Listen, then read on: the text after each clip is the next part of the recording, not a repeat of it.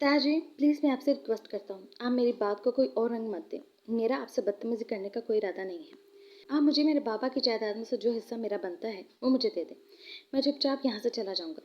हमें अब यहाँ नहीं रहना। रोमियो अपने ताया से अपने बाबा की जायदाद में से हिस्सा मांग रहा था। रोमियो के बाबा की जायदाद का बहुत बड़ा हिस्सा उसके दोनों बड़े ताया हड़प कर चुके थे, मगर जो बचा कुचा रह गया था वो रोमियो मांग रहा था। रोमियो की माँ की तबीयत काफ़ी ख़राब रहने लगी थी, क्योंकि रोमियो के बाबा के डेथ के बाद रोमियो को दोनों ताया और उनकी बीवियों के जुल्म और ज़्यादा बढ़ गए थे। हर वक्त तानाकशी करते रहना उनकी आदत थी, और अब ये आदत शिद्दत इख्तियार कर गई थी। इनको ऐसा लगता था कि अब रोमियो और उसकी बहन मार लावारिस हैं। अब वो इन लोगों को कुछ भी कह सकते हैं और किसी भी तरह का जुल्म उन पर कर सकते हैं। मगर यह सब कुछ रोमियो को मंजूर नहीं था, इसलिए उसने फैसला किया था कि अपने बाबा की जायदाद में से जो बचा कुचा हिस्सा है वो लेकर अपनी माँ और बहन को एक अच्छी ज़िंदगी देगा। इसलिए रोमियो अपनी माँ और बहन को लेकर यहाँ से जाना चाहता था। उसका ताया रोमियो को ये भी देने के लिए तैयार नहीं था। रोमियो के ताए का कहना था कि उसके बाप ने अपनी ज़िंदगी में कुछ भी बढ़ चढ़कर मेहनत नहीं की थी, जिसके बिना पर उसके बाबा का जायदाद में से कोई हिस्सा नहीं बनता। हालांकि ऐसा कुछ नहीं था। रोमियो का बाप बहुत ज़्यादा मेहनती शख्स था। रोमियो के बाबा से ये लोग सबसे ज़्यादा काम लेते थे जब तक वो बीमार नहीं हुए थे। बस उनको चालाकियाँ नहीं आती थी, जिसकी वजह से वो पीछे रह गया। तुम्हारी इतनी औकात नहीं है रोमियो कि तुम मेरे साथ बदतमीजी करो। रोमियो का ताया रोमियो की बात पर चिल्ला रहा था। रोमियो, वैसे भी तुमने जायदाद में से हिस्सा लेकर करना ही क्या है? जो आपसे मेरे बाबा की नौकरी करो और महीने की तनख्वाह लेकर अपना घर चलाओ। ये घटिया और कड़वे अल्फाज महक के थे, जो सोफे पर बैठी हुई फाइलर से अपने नाखूनों को तराश रही थी। महक की बात पर रोमियो का दिल कर रहा था कि वो महक के मुंह पर एक जोरदार थप्पड़ रसीद कर दे। हकारत और गुरूर महक के हर अंदाज से छलकता था। ऐसे क्या आंखें फाड़ कर मेरी बेटी की तरफ देख रहे हो? महक के पापा ने रोमियो को महक की तरफ गुस्से से देखते हुए देख लिया था। ताया जान, आपने इसके अल्फाज नहीं सुने? उसने कुछ गलत भी तो नहीं कहा। अब तुम्हारी औकात ही नौकरों की जैसी है, तो तुम नौकरों की तरह रहोगे ना, तो सुखी रहोगे। उसने तुम्हें एक अक्लमंदी का मशवरा दिया है। अगर तुम्हारी मोटी गधों वाली अकल में इसकी बात नहीं आ रही, तो इसमें बेचारे का क्या कसूर है? रोमियो का बाबा अपनी बेटी की बदतमीजी को राइट करार दे रहा था। ताया जान, इंतहाई अफसोस की बात है। बजाय इसके कि आप अपनी बेटी को समझाएं, आप उसे और शय दे रहे हैं। तुम्हें कितनी बार कहा है कि मुझसे जुबान दराजे मत किया करो। रोमियो के ताया ने एक बार फिर रोमियो के मुंह पर एक जोरदार थप्पड़ मारना चाहा था, मगर इस बार रोमियो ने उनका ये इरादा नाकाम बना दिया था। रोमियो ने अपने ताया का हाथ अपने मुंह के नजदीक आता देखकर अपने हाथ से ताया जान का थप्पड़ रोक लिया था। कभी दो टके के इंसान, तुम्हारी ये जुर्रत कि तुम मेरा हाथ पकड़ो? रोमियो के ताया ने रोमियो को घूंसों और टांगों से मारना शुरू कर दिया। रोमियो की माँ उसके बाबा के गम में बहुत बीमार रहने लगी थी, इसलिए वो ज़्यादा घर में इधर उधर फिरती नहीं थी। मगर घर में इतने शोर शराबे और लड़ाई की आवाज़ सुनकर रोमियो की माँ बड़ी मुश्किल से चलती हुई आई थी। मगर अपने जेठ को रोमियो को इस तरह से मारते हुए देखकर वो तड़प कर आगे बढ़ी। भाई साहब, छोड़े मेरे बेटे को, पागल हो गए हैं क्या? रोमियो की माँ रोमियो के ऊपर अपने बाहें फैलाकर उस पर बिछ गई थी। इस बच्चे की इतनी लंबी जुबान है, वो तुम्हें नजर नहीं आती? रोमियो का ताया रोमियो की माँ पर चिल्लाया था। किस तरह की घटिया परवरिश की है तुमने अपने बेटे की? बस करें भाई साहब, बस। रोमियो की माँ ने अपना हाथ उठाकर रोमियो को ताया को चुप करवाया था। खबरदार, जो हमारी परवरिश पर आपने सवाल उठाया। मैंने और उसके बाबा ने अपने बच्चों की बहुत अच्छी परवरिश की है, और मुझे बहुत फ़ख्र है अपनी परवरिश पर। आप ज़रा गौर करेंगे तो आपको अपनी परवरिश भी नज़र आ जाएगी। जब तक इंसान दूसरों की ऐप देखता है भाई साहब, तब तक अपने घर में लगी हुई आग कभी नज़र नहीं आती। अपनी औकात में रहो सीमा। मेरे शौहर के साथ ज़ुबान दराजी करने की ज़रूरत नहीं है। ये महक की माँ थी जो दूसरों को हर वक्त उनकी औकात दिखाती रहती थी, मगर खुद की और इसकी बेटी की क्या औकात थी, इस पर आज तक उसने कभी नज़रसानी नहीं की थी। बहन जी, मैं तो हमेशा से अपनी हद में कहीं ज़्यादा पीछे रही हूँ, मगर आप लोग हैं जो हर बार हद क्रॉस करके हमें बेइज्जत करने आ जाते हैं। आज रोमियो की माँ का सब्र का पैमाना लबरेज हो चुका था। थक गए हैं हम आप लोगों की बातें सुनते सुनते और आप लोगों का जुल्म सहते सहते। आज तक बात सिर्फ मेरी और मेरे शौहर की थी, इसलिए हम चुपचाप आपका हर जुल्म बर्दाश्त करते रहे। मगर अब बात मेरे बच्चों पर आ गई है तो मैं बर्दाश्त नहीं करूँगी। बहुत ज़्यादा जुबान चलने लगी है तुम्हारी। अगर हमारी बातों से तुम्हें इतनी आग लग रही है तो तुम इतनी ही गैरतमंद हो तो यहाँ से दफ़ा क्यों नहीं हो जाती अपने इस निकम्मे बेटे को लेकर? महक की माँ रोमियो की माँ को बेइज्जत करते हुए ये अल्फाज बोल रहे थे। चिल्लाइए मत, जा रहे हैं हम लोग हमेशा हमेशा के लिए यहाँ से। मेरे बेटे को और जलील करने की ज़रूरत नहीं है। बहुत कर लिया आप लोगों ने हम पर जुल्म, और बहुत कर लिया बर्दाश्त हम लोगों ने। और अब आपने कहा कि मेरा बेटा निकम्मा है, तो सुन ले आप सब लोग, एक दिन ज़रूर आएगा कि मेरे बेटे को आप लोग बड़ी हसरत से देखेंगे। इंशाल्लाह मेरा बेटा अपनी मेहनत से एक दिन शोहरत की उन ऊंचाइयों को छुएगा जिन ऊंचाइयों को आप लोगों की ये बिगड़ी हुई औलाद देखकर ही चकरा जाएगी। और वो दिन दूर नहीं है जब मेरा खुदा तुम लोगों से हम पर किए गए हर जुल्म का हिसाब लेगा। बकवास बंद करो और दफ़ा हो जाओ अपने बच्चों को लेकर। महक की माँ रोमियो की माँ की सीधी और खरी बातों को सुन नहीं पा रही थी। आज ज़िंदगी में पहली बार रोमियो की माँ ने उन सब लोगों को सच का आईना दिखाया था, तो ये लोग अपने ही मकरूर चेहरे देखकर डर गए थे। चलो रोमियो, अब हम लोग यहाँ पर नहीं रहेंगे। एक मिनट नहीं रुकना मुझे इस जगह पर जहाँ मेरे बेटे की इज्जत नहीं। रोमियो की माँ ने रोमियो को हाथ से पकड़कर साथ चलने को कहा। चले जाएंगे माँ, मगर मुझे पहले मेरे बाबा की जायदाद से हिस्सा चाहिए, और वह मैं लेकर जाऊंगा। रोमियो, दफ़ा करो, हमें कोई हिस्सा नहीं चाहिए। खुदा सब देख रहा है ना। नाइंसाफ़ी करने वालों को मेरा रब कभी माफ़ नहीं करता। अम्मी, मेरे रब का ये हुक्म है कि अपने हक के लिए लड़ो और जालिम का जुल्म बर्दाश्त मत करो, क्योंकि मेरे अल्लाह के नज़दीक जुल्म बर्दाश्त करने वाला भी उतना ही गुनहगार है जितना कि जुल्म करने वाला। रोमियो, चलो यहाँ से, ये तुम्हारी माँ का हुक्म है। कम से कम तुम तो मेरी बात की लाज रख लो। रोमियो की माँ ने रोते हुए रोमियो के हाथ पकड़कर अपने साथ जाने को कहा था। अम्मी, आपका हर हुक्म सर आंखों पर, मगर अपना हक छोड़कर जाना कहाँ की अक्लमंदी है। ये लोग अगर मेरे बाबा के हिस्से से मुझे कुछ दे देंगे तो मुझ पर एहसान नहीं करेंगे। मेरे बाबा की जायदाद पर मेरा हक है। हमें कोई हिस्सा और हक नहीं चाहिए। तुम चलो मेरे साथ। रोमियो की माँ रोमियो को हाथ से पकड़कर ज़बरदस्ती घसीटते हुए अपना साथ ले आई थी और आकर ज़रूरत का सामान इकट्ठा करके जाने की तैयारी करने लगी। अम्मी, हम लोग इस तरह अपना हिस्सा छोड़कर कहाँ जाएंगे। अल्लाह की इतनी बड़ी ज़मीन है, कहीं भी चले जाएंगे, मगर मैं अपने बच्चों को इससे ज़्यादा बेइज्जत नहीं करवा सकती। रोमियो की माँ जल्दी जल्दी अपना सामान समेट रही थी। मगर अम्मी, हम लोग जाएंगे कहाँ। कहीं भी चले जाएंगे, मगर अब मैं इस घर में एक मिनट और भी नहीं रुकूंगी। मेरा सांस बंद होता है यहाँ पर। अम्मी, अल्लाह न करे आपको कुछ हो। रोमियो ने तड़प कर अपनी रोती हुई माँ को गले से लगाया था। तो बस रोमियो, फिर तुम चुपचाप मेरे साथ चलो, हमें यहाँ से कुछ नहीं चाहिए। रोमियो की माँ अपने दोनों बच्चों को लेकर कराची आ गई थी। यहाँ पर आने के लिए उनके पास किराया तक नहीं था। रोमियो की माँ के पास सिर्फ ले दे के उसका जेवर ही था, जो भले वक्तों में रोमियो के बाबा ने अपनी बेटी की शादी के लिए बनवाया था। उसमें से कुछ जेवर बेचकर रोमियो की माँ ने कराची जाने का किराया इकट्ठा कर लिया। कराची में रोमियो की माँ की एक बचपन की सहेली रहती थी, जो पहले तो इसी गांव में आबाद रहती थी, जहाँ पर रोमियो की माँ अपनी दादी के साथ रहा करती थी। वो दोनों बचपन में बहुत अच्छी सहेलियाँ हुआ करती थी। रोमियो की माँ की सहेली काफ़ी अच्छे घर से ताल्लुक़ रखती थी। उसकी शादी भी एक अच्छे घर में हुई थी, तो इसलिए उसके माली हालात बहुत अच्छे थे। रोमियो की माँ की सहेली का जो शौहर था, वो कराची में अच्छी पोस्ट पर फाइज था। अक्सर जब भी कभी उन दोनों की आपस में मुलाकात होती, तो रोमियो की माँ की सहेली कहा करती थी कि तुम कराची मेरे पास ज़रूर आना, और किसी भी चीज़ की ज़रूरत हो तो मुझे ज़रूर बताना। मगर रोमियो के बाबा के होते हुए कभी ज़रूरत ही नहीं पड़ी थी। मगर आज वक्त उन्हें इस मुकाम पर ले आया था कि उसे किसी के सहारे की ज़रूरत थी। इसलिए रोमियो की माँ ने फ़ोन पर अपने दोस्त से रब्ता किया और उसे सारे हालात से आगाह किया। तो उसने बड़ी खुशदिली के साथ अपनी सहेली को खुशामदीद कहा। अब रोमियो की माँ का वाहिद सहारा उसके बचपन की सहेली थी, जहाँ पर जाकर उसने फिलहाल रुकना था। वो कुछ नहीं जानती थी कि आने वाला वक्त क्या क्या रंग दिखाएगा। वो अल्लाह का नाम लेकर अल्लाह के आश्रय पर चुपचाप अपने दोनों बच्चों को लेकर कराची की ट्रेन पर सवार होकर एक ज़िंदगी के नए सफ़र की तरफ चल पड़ी थी।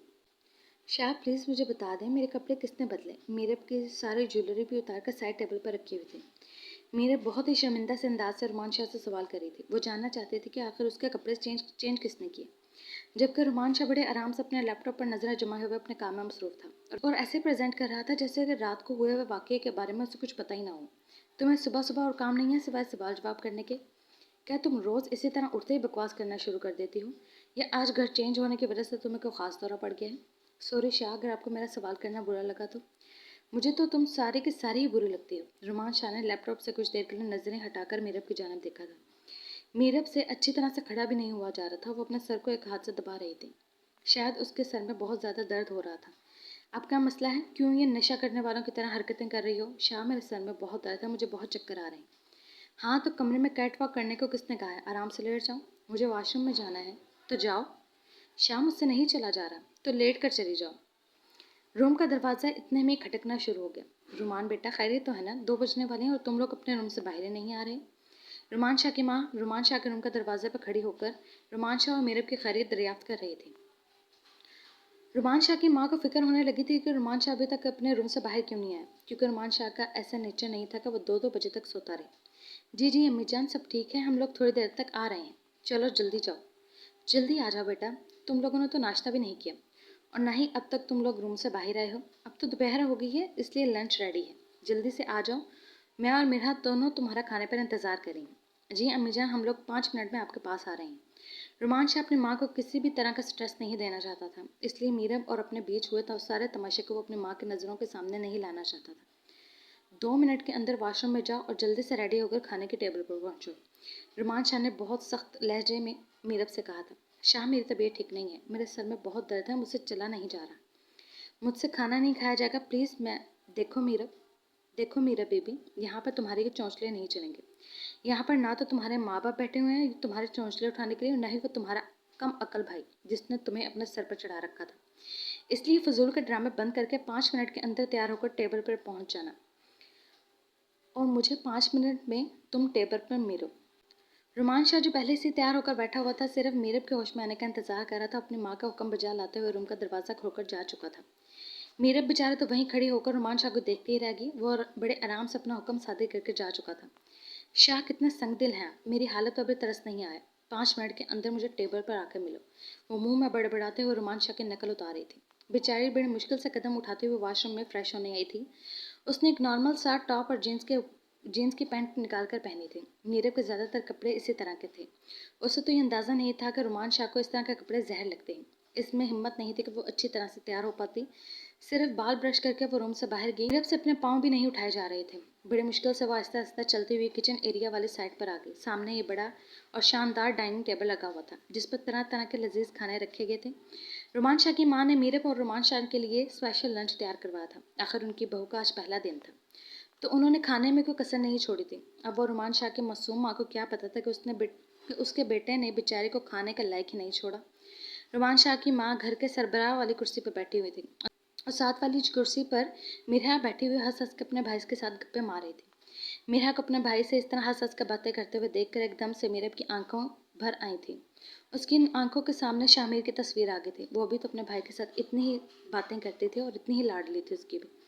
उसका भाई भी तो अपनी बहन पर जान निछावर करता था। जब से मीरब ने होश संभाला था, उसे नहीं आता कि कभी शामिर ने उसकी कोई बात रद्द की हो।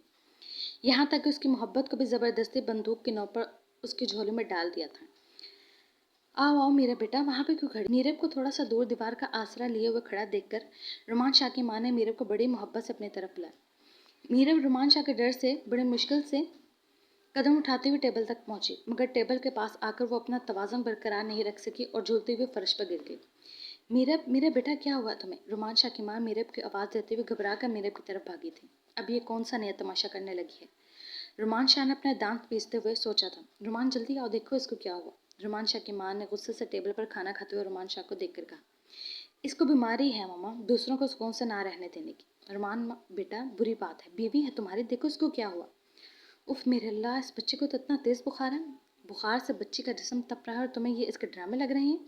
रुमान शाह की माँ गुस्से से रुमान शाह की तरफ देख रही थी। हद हो गई अम्मी जान, इसके बुखार में तो मेरा कोई हाथ नहीं है ना। ठंड का मौसम है, ठंड लग गई होगी, नॉर्मल सी बात है। मौसम की खराबी की वजह से चढ़ गया होगा बुखार।